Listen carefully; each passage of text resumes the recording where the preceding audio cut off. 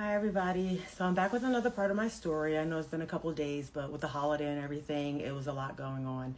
I want to jump right into talking about the intimidation tactics and what this person started doing to me after, I filed for divorce. And we had been to court maybe a couple times throughout this process. And during those process, it was a lot of, she did this or she did that or she was cheating, and I don't know when I had time to cheat. I mean, not for nothing, I should have. I wish I did, because we was, yeah.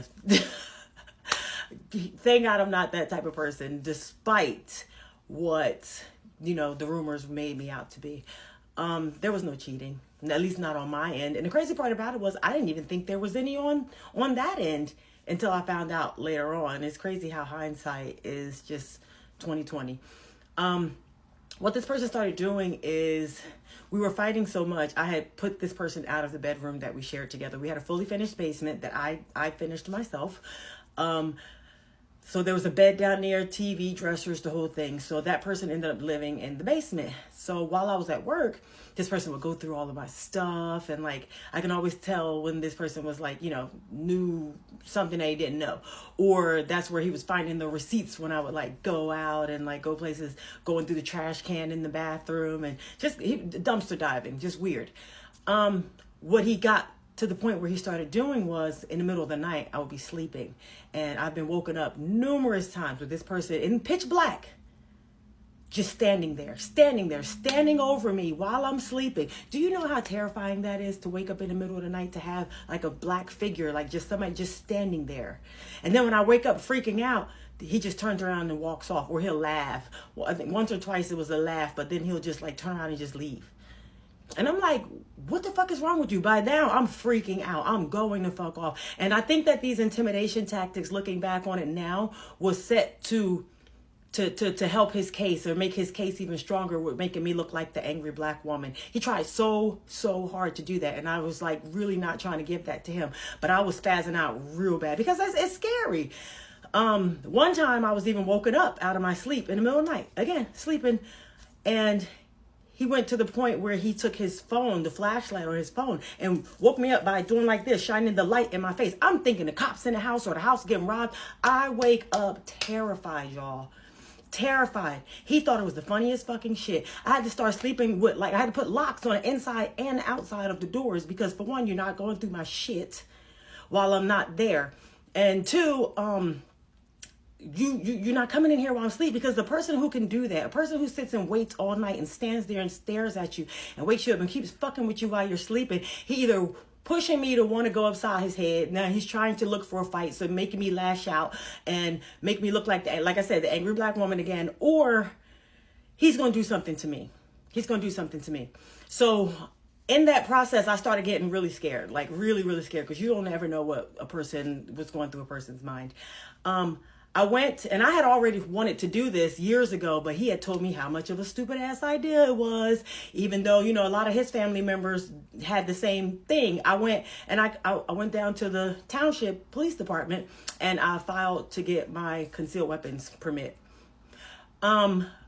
Something I always wanted to do, but now I really felt like I needed something to get this person out of my face, because we're not about to be living in the same house. You're not about to keep harassing me. You're not about to keep doing no dumb shit and scare me like that, because I don't know what you're going to do. Now you're just doing all kinds of crazy shit. So, I went through the process. Didn't take me long at all. The sheriff walked me through the whole process. This person didn't even know I was going through the process. So, one day I was at work. He had broken into the room that he was kicked out of, and I come home. I go and take a shower. Now all of a sudden he can peel himself up off the couch because, I got somewhere to be. I'll be right back. Okay, bye. So he left. One of rare moments where he would leave the house.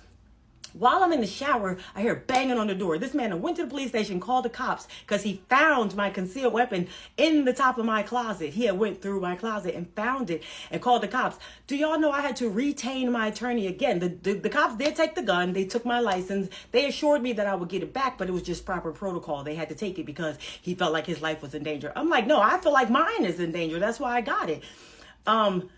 Long story short, I had to retain my attorney because I can't pay the same attorney for a divorce and for a gun. So I had to give this attorney another $3,000, had to go to court, leave work twice, miss days of work. The only reason I missed it the first day was because the judge didn't show up or something like that. It was postponed.